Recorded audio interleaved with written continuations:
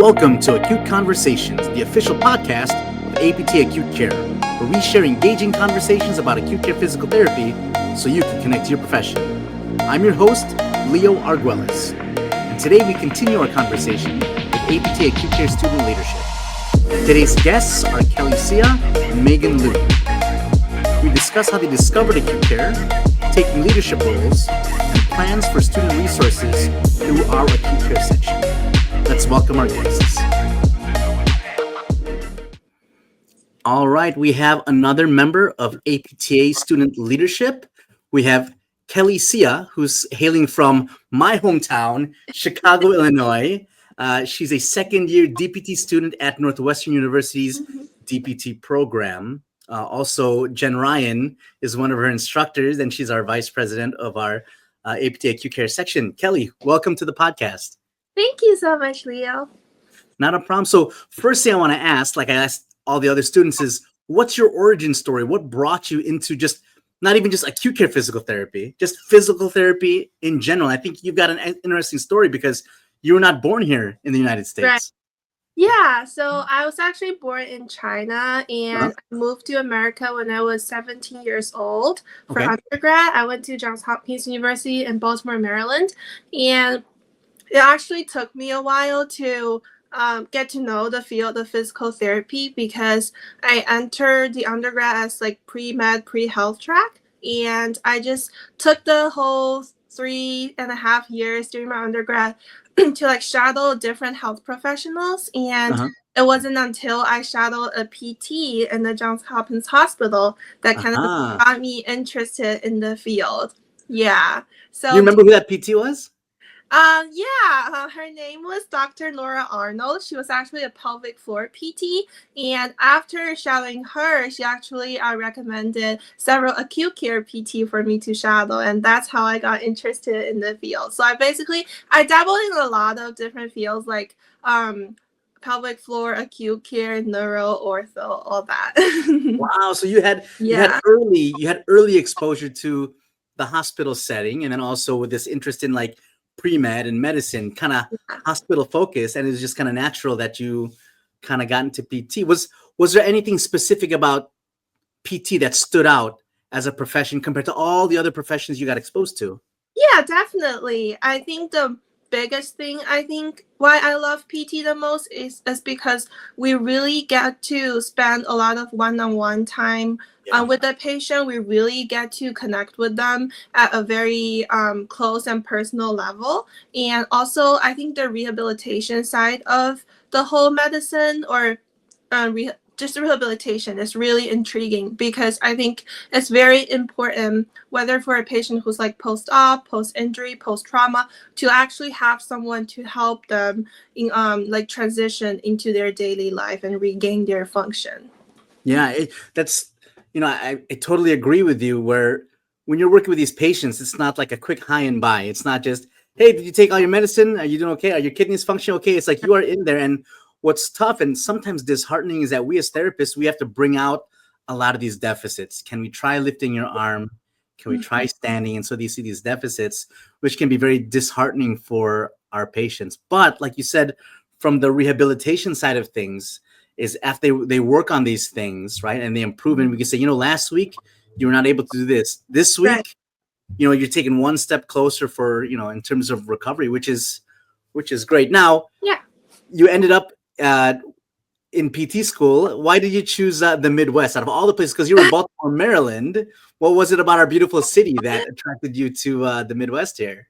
Yeah, one of the biggest things, definitely Chicago is such a beautiful city, and I do want to spend some of my time in studying in such a big city and also live here. And another thing is, the reason why I chose Northwestern is because of like its big reputation, and I also love research, and a lot of the faculty here do research, and also our connection with different institutions like Shirley Ryan and just the Northwestern medical system is really awesome. So that's why I'm here.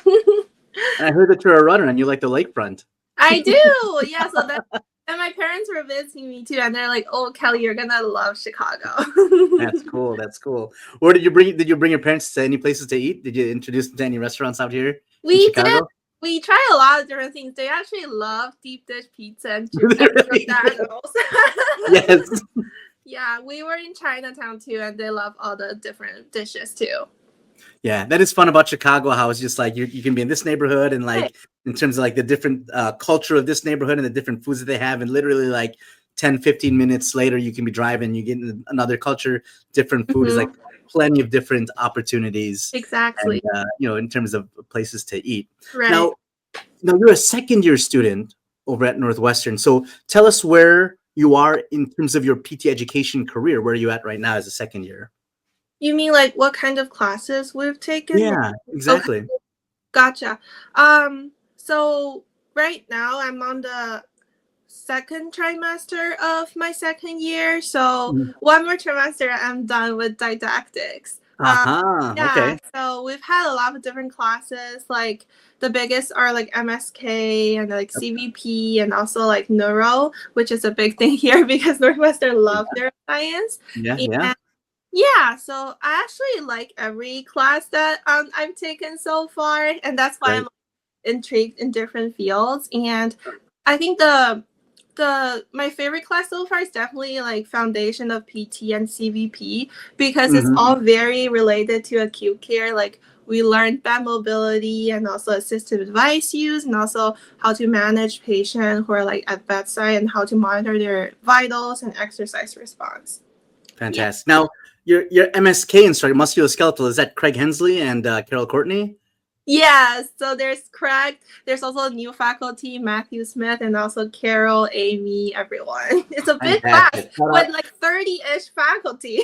Wow, that's great. Yeah. Shout out to Craig and Carol because Craig was he was a year ahead of me in PT school over at the University of Illinois, and Dr. Carol Courtney was one of my instructors. So shout out to them. Hopefully, they listen to the podcast, and of course Jen Ryan, who's like I'm a super fan of, and she's she's a mentor for me and has been a mentor. So great for you to be able to learn from her. We love Jen. I mean, I will shout out that there are a number of different writings actually that her and Sharon Gorman had put out years ago in the Journal of Acute Care Physical Therapy, talking about owning your practice and how that one article really changed my perspective of how much of an impact that we can have on acute care.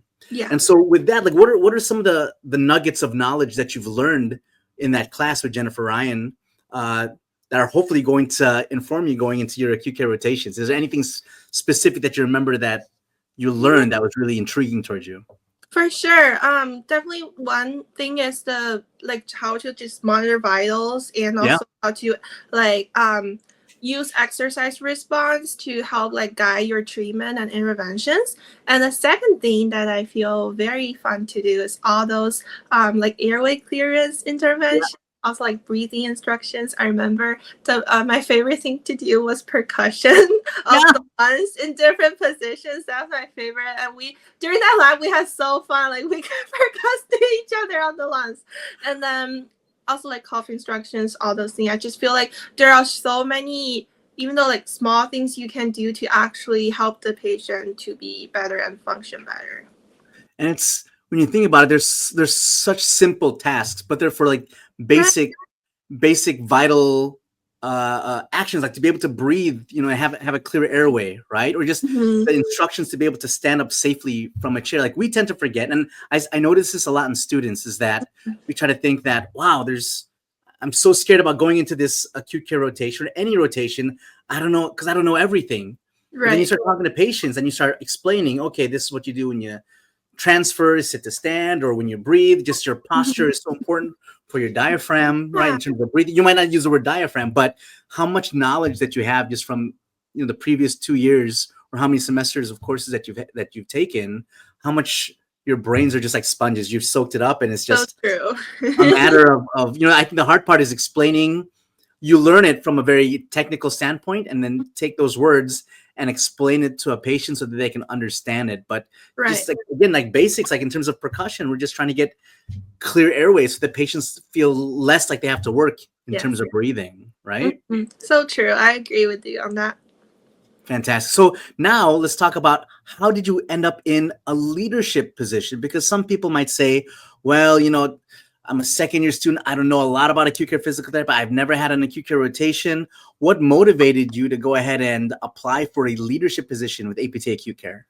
Yeah, actually, I haven't even done like a full rotation in acute care either, but it's mostly because my undergrad interest and like we also have a thing called patient management experience where we go to like a hospital for like an afternoon during the trimester, and I got to go to a long-term acute care, another acute care setting for 2 of those days that Nice.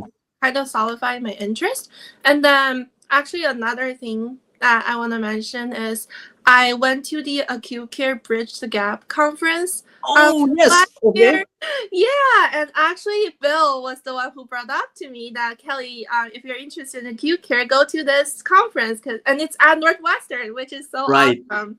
Yeah, Mhm. and I got to talk with some students and also professionals in the field and hear about their research and their clinical practice. I just think it's really, really fun. And I think I also started a student organization as a student special interest group in acute care at Northwestern, and Great. I was like, why did no one start in acute care sick Right. for so long, right? I'm like, So that's so interesting. it was just an opportunity for you to jump on, right? So that was it was Yeah, perfect. That it was not right. there, and you saw a need, and you fulfilled that need, and you Yeah. started this special interest group. That's fantastic. That's One thing I really want to emphasize is that sometimes it's difficult to kind of get clinical instructors for like these day visits, right? Mm-hmm. But it's so instrumental and important. Like you just said, like that day visit of observation that helps solidify your thought process in terms of really liking acute care. Was there anything about that day observation that just kind of really hit home? You're like, yeah, for sure, I want to be in acute care.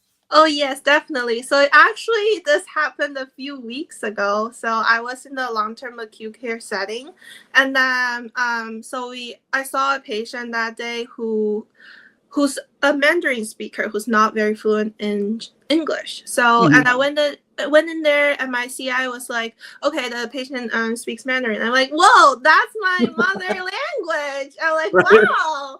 So So that's your reaction. What was his reaction when you started communicating in Mandarin? yeah, he was actually trach, so he Uh-huh. could be very communicative, but I can actually see him smile when I started Yeah. to speak Mandarin with him.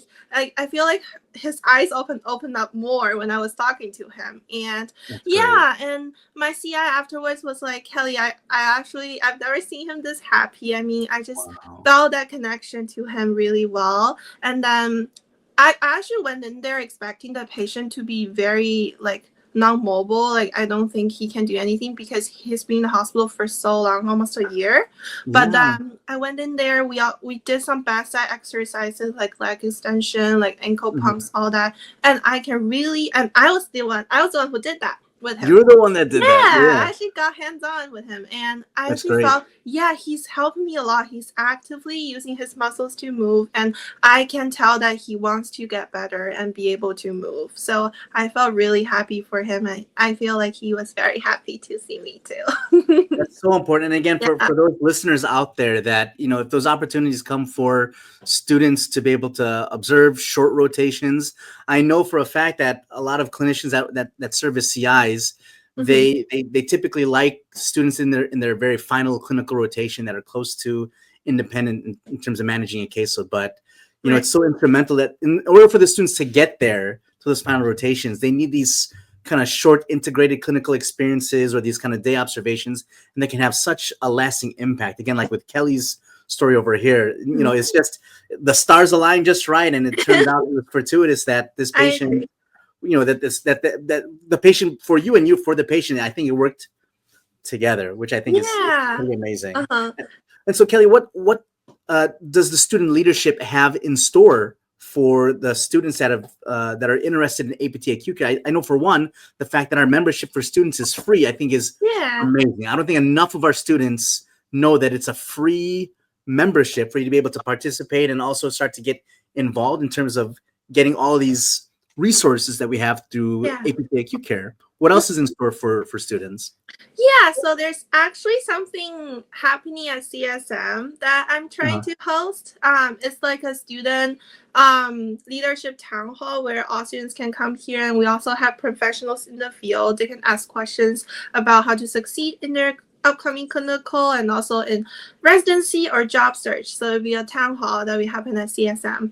And another thing that we've been trying to build with everyone in the leadership team is that we're trying to create a toolbox for students, where they can like find resources about maybe other people's story about how they got interested in acute care and what kinds of things they can be prepared for their upcoming clinical or job search. That's something that we're trying to build, just to gather like previous people's stories and advice so other students can benefit from them. Absolutely. I think it's huge just having the accessibility to some type of toolbox where we have a lot of these documents and information, and just, again, learning from other people's stories so that we are better prepared or more armed to be able to go into acute care rotations and be successful, which is great to hear. Right. Mm-hmm. Awesome. Well, I think it's time for the part of the podcast where we do rapid responses.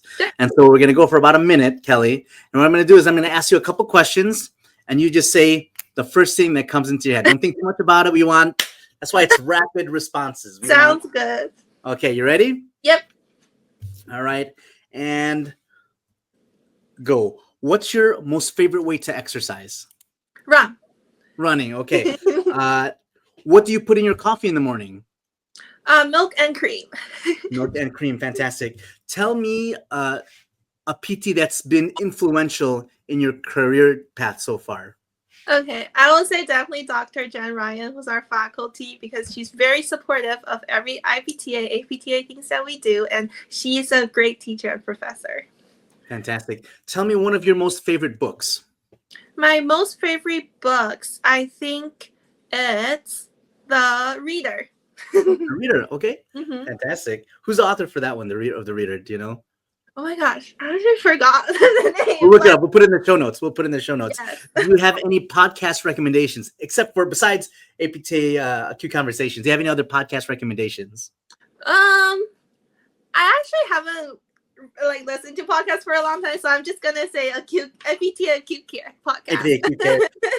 Fair enough. If you were not in PT school, what other profession do you think you might be pursuing if you weren't in PT? I might be a vlogger or YouTuber. A vlogger, YouTuber, fantastic. And last question, okay? You know that you are getting ready for an acute care physical therapy rotation when?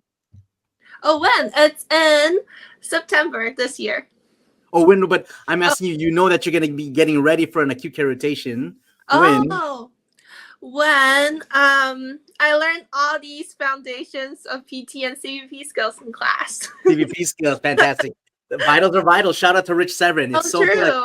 We take it for granted, but it is interesting that we as PTs, how important it is for us to look at it when a body's at rest. But I can't think of any other profession that looks at it in response to activity and motion, right? So we can basic heart rate, oxygen saturation, blood pressure. We think it's basic, but then when you put in the context of what we do as mobility specialists, that's so important. Because our bodies are not made to just, although students spend so much time sitting in chairs, we force our students to sit so much. I advocate for more standing activities for students, for all you instructors out there. Mm-hmm. Yeah, our bodies are not made to be stuck in the bed, and so it's important for us to see how the body responds to different activities, different positioning, up, walking, moving, standing, lying, all those, and monitoring the vitals is important. So shout out to Rich Severin. Yeah. Kelly, where can people find you in terms, if they had questions, if they're interested in APTA Acute Care student leadership, or they're just being part of the group, where can they contact you? Yeah, I think we should have our contact info up on the APTA Acute Care website. Can feel free to email me, and maybe they'll see me at CSM. Fantastic. And then we'll include your contact information in the show notes. Sure. And then in terms of student leadership, you have a specific region, right? Are you Midwest or? Yeah, North? I'm in the central region. So central region. Mm-hmm, yeah. Okay, fantastic. So for anybody that's out there that's listening to this, that's in the central US, and you have questions about participating more, please, we'd love to have you. And like Kelly said, in terms of the people that are involved with APT acute care. We're not, nothing but support, and definitely would love to have you join us. And we've got plenty of projects and opportunities lined up for you. Yep. Anything else, Kelly? No, that's it. Thank you so much for the episode, Leo. You want to wait? Hold on. Do you want to? One thing with podcasts is that we have a lot of student listeners. Are there any classmates of yours that you want to make a plug in? You want to shout out for right now? Classmates or professors on our podcast today? Actually, I'll actually make a shout out to Bill and Jen for being such big supporters of our student interest group. Fantastic. Thank you, Bill. Bill Healy over at Northwestern, who is also instrumental with Bridge the Gap. Thank you for all you do. And of course, Jen Ryan, thank you for all you do for APT Acute Care. Awesome. Well, Kelly, thank you so much for joining us today for the podcast. Thank you, Leo. Awesome. All right, we have one of our student leaders. This is Magon Liu, who's coming from West Coast, from Alameda, California. Magon, can you tell me what program are you studying in right now in terms of your DPT degree? Yeah, I am a third-year student right now. I study at Samuel Merritt University, which is based in Oakland, California. Very cool. So tell me, how did you stumble upon physical therapy as a profession? Yeah, I'm an athlete through and through. And so I've had my own share of PT experiences, unfortunately, or fortunately, possibly, throughout my life. I've torn both my ACLs when I was in high school and early college. And so, I think I realized very early on that it makes a big difference when you have a really good and empathetic PT. And So was it were those like your first exposures to what physical therapists are and what they do? Yeah. And kind of like my only personal experience. So acute is kind of something very new to me, being in PT school. And so it's been very rewarding, like learning about everything and kind of what the world of acute care is. Cool. And so after your experience working with physical therapists, you're inspired with working with outpatient physical therapists. Did you even know that physical therapists work in a hospital setting or in an acute setting? Because I had no idea that acute care therapists even existed. Similar experience like you, right? Yeah, I did not know either. And I've been fortunate enough, none of my family or friends have had that experience either. So I thought it was just purely ortho and outpatient. Very cool. Let's talk about, well, like you said, whether it was fortunate or unfortunate, you're here, you were inspired and now you're in PT school, which is pretty awesome. Tell us what level in terms of your DPT education, how far along are you? Yeah, so I'm currently in my final clinical rotation, which ends in May, and that's when I graduate. So wrapping up my 3 years in DPT school, which is both very exciting and scary. Yeah. And then, so is it your very last clinical? Yes. Very cool. And tell me about that clinical. What's your setting? I'm currently placed at a skilled nursing facility based in Bellevue, Washington. And so we see mostly older 65 plus patients of various backgrounds, whether that's like a total hip replacement or knee replacement or anything beyond that. So quite a variety of patient cases. Very cool. So at your program, how do they set up the clinical rotations? I know some places maybe after the first year, they'll do like a short rotation, like 7 weeks or 10 weeks or 8 weeks. How does it work out over at your university? At our program, we had a very short integrated clinical experience in our first year, which was just 3 days. That can be in a variety of settings. Mine happened to be inpatient at a Kaiser Hospital in Oakland, California. Okay. And so I just shadowed an acute PT as well as an OT for 3 days and kind of saw like how their day was, how they saw their patients, what their interactions were. And then we have 3 total rotations. Our first one was at the very beginning of our second year. So after our first year of and I was placed in an outpatient ortho clinic in Pittsburgh, California. And then my second one was at the very end of my second year, and that one was in Greeley, Colorado, and I was in outpatient neuro for that one. Very cool. Mm-hmm. So now, does your program require you to travel, or are those just places like I just really wanted to be in Colorado, or I just really wanted to be? Because when you first say Pittsburgh, I'm like, oh, Pittsburgh, like on the East Coast, like no, Pittsburgh, California. I'm like, oh, I didn't know that there was a Pittsburgh, California. Yeah, I didn't know that either. And so, those are just places I request. I didn't request Pittsburgh, California for Bay Area rotations or rotations where people stay in the Bay. It can kind of be all over. But then I did request Colorado and Washington for my other rotations. I lived in the Bay prior to going to graduate school. And so I saw these as opportunities to live somewhere else for a little bit, experience, and see if I could potentially move to these areas. And I also had like family and friends here. So it was like a very easy transition for me. So that's cool. So you've gotten a chance to see like a lot of different places in terms of kind of, okay, this state versus that state, where there's some of the differences. Do I kind of like the culture around this area? Do I kind of like this state? Very cool. Yeah. It's been very fun. Yeah. And like in California specifically, physical therapists aren't allowed to do dry needling, but in Colorado they are. And so, yeah, learning differences between states as well. Very cool. So yeah, now kind of delving into practice acts and things that you can do in one state that you can't do in the other. Yep. Now tell me, so your very first exposure to acute care, was that first clinical rotation, that 3-day? Yeah. Very cool. So what did you think? What did you think about that first exposure? It was a whole new world for me. I was like, oh, you can see these patients at whatever time. You can kind of like come back to them later. It could just be a quick 10-minute session. Like It was very odd to me. And so, yeah, I definitely learned a lot in that experience, just shadowing and observing that PT. At my second clinical rotation in Colorado, I fortunately was with a great clinical instructor who had done 12 years of acute rehab. And so even though I was placed in outpatient neuro, I learned a lot about the acute rehab world and was actually actually very interested in that kind of setting. Because again, that was something that I've never really experienced or knew about. Have learned obviously through school, but never had any personal experiences with it. Yeah, I'm going to give a shout out to Sharon Gorman, who was a former president of the APT acute care section. And she's talked about that acute care isn't necessarily like a building or like one specific unit. Acute care can apply to a home health setting, a subacute setting, inpatient rehab setting. You're in an outpatient neuro setting, but there are acute events that can happen, or some of those deficits that the patients have can be acute. And so being able to monitor those things are going to be important. Now, next question I have for you is, you're one of the student leaders. And so I think the way we have it set up, there's 4 of you all together. We've got Fred, we've got Jema, we've got Kelly, and we also have you now, and you are over on the West Coast. So I feel it's kind of like you're spread out all across the nation. How did that opportunity fall into your lap? Yeah, great question. One of my classes that I took a couple semesters ago was called Complexities in Care. And that was basically our acute care curriculum, our main curriculum course. And shout out to my professors, Dr. Rusher and Dr. Waller. They mentioned that the APTA acute care membership was free to students. And so I was just like, okay, why not? I'll register for this. And from registering and being a part of that, I found out that they were looking for student leaderships. And again, this was me kind of exploring more in the acute world and wanting to know more. So decided to apply, and here I am today. Very cool. So how's that experience been like so far? You've gotten a chance to interact, right, with Kim Levenhagen. That's over at St. Louis University, and then also with the other leaders. How's that been? It's been great. Kim is such a force, and it's been great learning from her and learning about her background and everything, as well as working with her.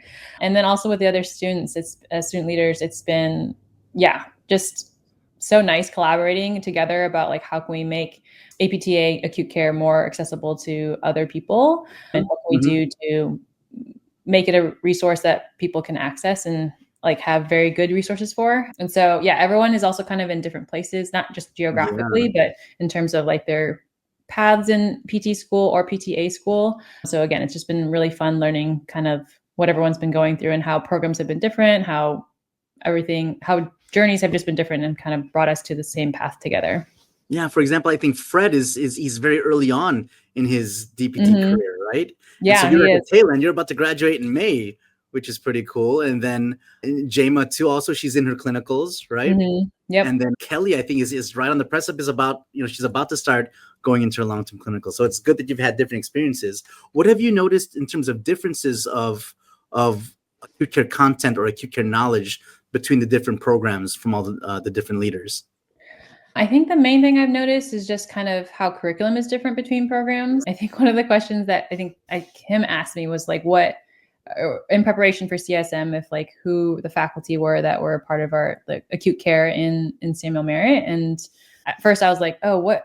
We don't have like a class specifically called acute care. It's called complexities in care. And obviously that it does align if you know kind of what acute care is like. It's very complex and a lot of things to consider, but it just kind of took me back for a bit. I'm like, oh yeah, what is our acute care specific course? Because I think it's spread across like many course titles. And so learning about like how curriculum is different and how it's being taught at different stages in a program has been really interesting.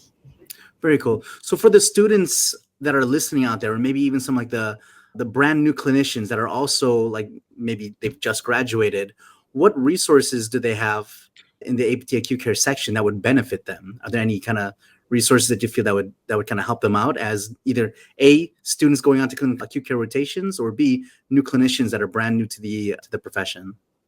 Yeah, I think the one resource that I'm thinking of off the top of my head that we're helping out with is the listserv that we've created. And I like this list of it's like basically if you want to be part of a community and you have questions about the APTA or acute side of things, like this is the listserv that you can go and ask those questions. And so kind of creating more community and creating more opportunities for students and also new professionals to kind of figure out like, oh, are there other people out there? What are their experiences like? And kind of what resources are they using, kind of collaborate in that setting. And I think that's really cool that we've like set up this tool for others to use. Is that listserv, is it mostly clinicians or is it students or it's a mix or it's dependent upon the question that kind of starts the root of the discussions? More so the latter. Yeah, I think the way that we've been talking about it it's mostly for students, but I think it's not definitely barred just to only students. So yeah, there's opportunities for everybody. What questions have you come across in that listserv? Are students just like, I'm going to go to my acute care rotation. I don't want to kill anybody. What do I do? Or how do I manage the medications? Or what are we doing in acute care? It always boggles my mind sometimes because I do get students that they just have to kind of take a step backwards and they're thinking like, okay, what is exercise? To them, exercise is like, I'm going to exercise at 4 p.m. because I'm going to get on the treadmill and lift some weights. Mm-hmm. And they don't kind of put two and two together that a patient that's been on bed rest for a couple of days, like just getting them sitting at the edge of the bed, right? I think you had alluded to this. Like that's a marathon accomplishment right there to be able to sit up and maybe one day they're total assist and the next day it's like, oh, you can feel that there's some activation. They're trying on their own being able to sit up. So what I'm interested, what type of questions are out there for students? Because I bet you my students, they're not going to ask me these acute care questions. They're like, I don't want to ask Dr. Liu. But there's students out there all across the nation that probably have some common questions that they ask y'all. Definitely. I mean, the listserv is still in its very early stages, so I don't think there's been too much chatter on it yet. And we're still kind of figuring out how members get added and whatnot. So we're still in very early stages of it. But you bring up a really good point. I think another resource that we're hoping to implement is more of like a video blog style resource where student leaders can kind of share our experiences of acute care and like kind of and again, kind of highlighting the different stages we're all in. So like Fred is very new, like first year, like still getting his hands dirty while I'm like about to finish. And yet we're still at like very differing levels of like what our standing of acute care is. And so this like blog and video will hopefully help students of that wide range of like, if you're about to go into your acute care setting or clinical rotation, what items would you need, and kind of share those kind of experiences. I was just talking to some clinical instructors with my program over at the University of Illinois. And it was really interesting, just students that they would benefit so much from having some of these resources like the lab values interpretation guide, right? And so if patients are, they're in the hospital and just being able to go through that lab values guide and say, okay, this is important. This is, as you're looking through, it's like a different language having to interpret all these things. So with that guide, it kind of helps give you some direction. Same thing with lab values. We partnered up with the cardiovascular and pulmonary section to, like, if a patient is got labile blood pressures that are going up and down, can you or can you not kind of work with this patient based on their symptoms, right? And it's not an automatic, oh, their blood pressure is this, just by the numbers, I'm automatically going to quit. I think it's great that it really moves us as a profession to be able to practice at the top of our license, right? It's like, all right, let me put all these things together. I've got the lab values, I've got that information, I've got the presentation of the patient, I've got some objective measures and some of their mentation in terms of the actual vital signs. And now I can make a good educated guess on what this patient's tolerance is going to be. And I think that's hard. And so here's an interesting question for you. When did you feel that your clinical reasoning started to come together in place on your clinical rotations? Did you feel that was something that just came naturally, or was it like, wow, I talked to my CI and that's something that was kind of lacking in terms of my clinical performance and I need to kind of up my game? How did that work out for you in terms of your clinical reasoning? Oh, it's an ever-changing process for me, my clinical reasoning. Sometimes it's there and sometimes I feel like did I even use that or not? That interaction with the patient. But it's in there. It's definitely in there. And I kind of have to remember that like I am doing things with safety and all these complexities in mind. Mm-hmm. You remind me of a really recent experience I had. I was helping a PT with their dissertation who was talking about who was focusing their dissertation on acute care and your preparedness as students.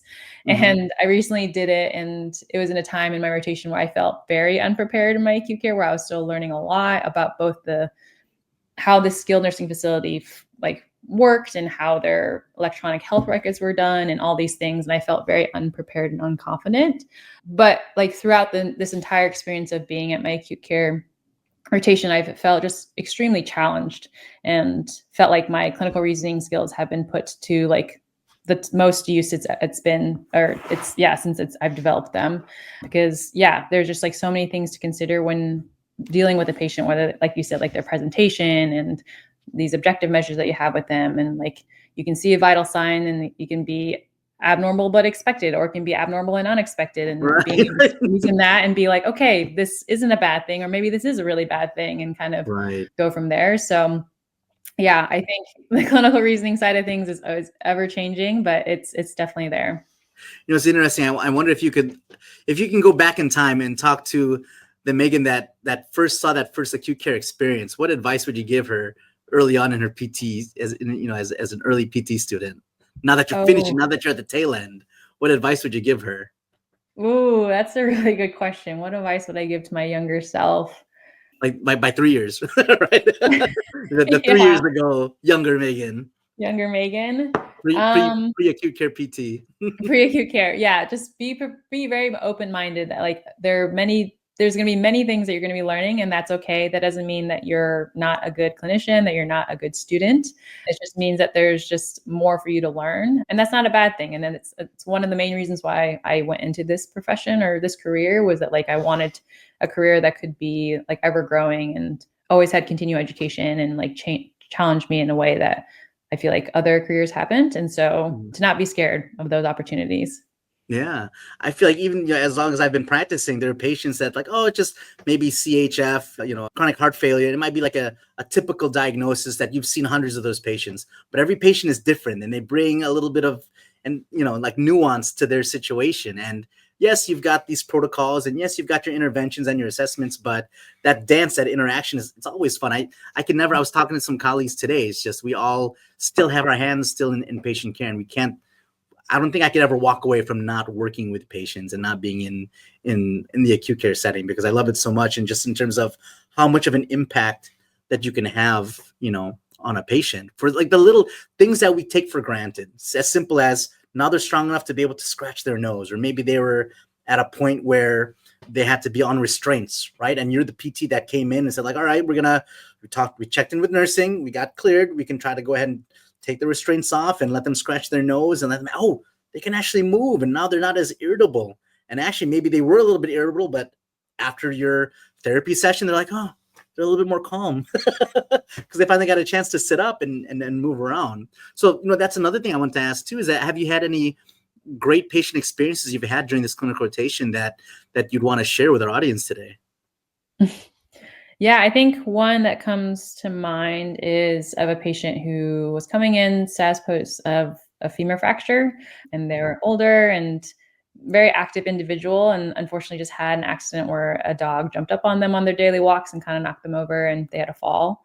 And they came to us with a broken clavicle and femur that was recently fractured. And so they were very scared to do any movement. And there was also like a language barrier. So it was even extra hard to communicate with them and kind of build rapport. Yeah. But like with our consistent meetings every day and just like education and kind of how we explain things to them, they were able to build their confidence to be able to stand up and go on walks and go on a 200 feet walk with a front wheel walker and all these things. And it's just been pretty amazing to see their confidence really come back, despite also while their body is healing, despite there being like a language barrier. Like the body moves the way it's supposed to move, and like no language can kind of like bar that. Like everyone has an arm, has a leg, like all these things. And so, that patient has been someone that I've been it's been really rewarding to work with throughout my experience here, and someone that I'll remember for a really long time. Very cool. Awesome. So Megan, where can people find information regarding the student leadership and what student leadership is doing for APTA Acute Care? Yeah, so people can go to the APTA Acute Care website. There is a student tab where they can check out their membership specifically. And then if they want to learn more about other resources, there's the listserv on there. There's member spotlights. There's a ton of resources on it. And the website is definitely something that we're continually working on to make it more user-friendly and accessible to everybody. And so it's a work in progress, but something that will hopefully be, easily more accessed and used in the future. Very cool. I also want to, at this time, make a plug for those students that are going on acute care rotations. If you're just trying to figure out how do I kind of prepare myself, what are the different domains that I have to kind of look at, especially if my goal is to eventually get to entry level. Maybe the goal isn't entry level for your specific clinical rotation, but there's a document through APTA Acute Care that looks at, I think, entry level competence. And I think there's 5 domains that you're looking at, right? Your ability to do discharge planning, working with complex patients, line management, safety. So I think that's definitely a great resource. I use that a lot with my students just so that they can have a framework with, once they're going on acute care, what are the different things that facets of acute care that I need to work on to be able to elevate my practice and in that continuum to eventually get to entry level. So I'll make a plug for the document as well. And again, we'll include all this information in the show notes. Do you have social media? Are there ways that people can contact you if they have questions about the student leadership with APTA Acute Care? Yeah, I mean, they can feel free to email me if they want, magon.liu@samuelmerritt.edu. My Instagram is @mag_off_not_on, since my name is spelled a little bit different. Feel free to DM me if you want, or just reach out. I love talking, again, about experiences and collaborating and just building community out of this. So definitely feel free to reach out if you have any questions. And like the acute care section, like we're pretty nice and welcoming, right? Like Kim Lavenhagen and some of the other different leadership, like we're pretty cool. So I think we're a very welcoming crowd. So please come join us. It'll be a good time. Yeah, absolutely. So now is the time we're going to put a little bit of pressure on you, but I think you can handle it because you're a third year student. You're on your final clinical rotation. It's time for our rapid responses. So if you've seen our podcast before, we're going to give you about a minute. I'm just going to fire rapid questions at you and just say the first thing that comes to mind. Sounds good. All right. Let me just prep my questions here. Okay, ready? Ready. All right, and let's get started. Megan, what's your most favorite way to exercise? Playing ultimate frisbee. Frisbee, okay, excellent. What type of shoes do you wear during your subacute clinical rotation? Very comfortable walking shoes. I currently have a pair of Hoka's and On shoes, and Hoka's and Ons. Yeah, I have to change it up just to keep my feet nice and happy. But yeah, comfortable walking shoes. It's very important. Very good. If you had an ice cream sundae, what type of toppings would you put on top of it? Oh, I would probably just keep it simple and just put some caramel. I love a simple sundae. Simple sundae with the caramel. Deep dish pizza or thin crust New York style? Oh, even though I'm from the Midwest, I'm going to say thin crust. Thin crust. All right, excellent. Android or Apple? Apple, easy. Excellent. If you were going to walk into a patient's room and you had a soundtrack, a song, what would your theme song be before you walk into a patient's room? Oh, what's that like? Let's move it song from Madagascar. I don't know. Oh, yeah. Move it because we're about to move and do something. The one that what's it? The king. I forget what the guy's name is, but yeah, okay, yeah, because we have to move because movement is medicine. Excellent. If you were not a physical therapist, what profession do you think you'd be going into? Oh, what profession would I see myself going into? Some sort of nonprofit or youth education kind of work. Yeah. Very cool. Name one person that's been instrumental to your DPT career.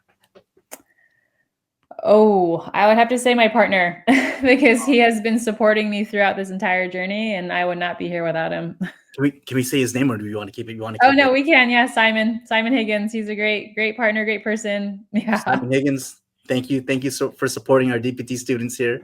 And the final question for you, Megan, is that you know that you are on acute care when, finish the sentence. When your best friend is the gait belt and nursing.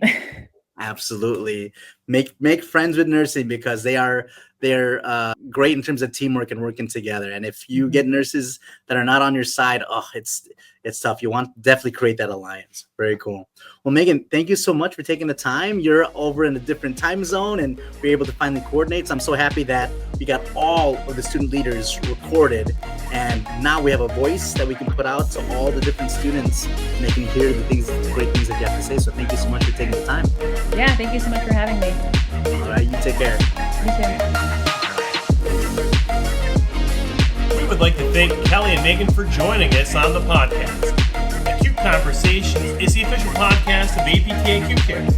It is hosted by Leo Orvelis, executive produced by Katie Brito and Edward Mathis, music by Alexia Action from Pittsburgh. For more information about APTA Acute Care, be sure to check out our show notes for links and resources from the Academy. If you found value in our podcast, please be sure to subscribe, follow, and share with your friends and colleagues. Join us in 2 weeks for our CSM recap episode. Thank you for listening, and may your shoes and scrubs stay clean today.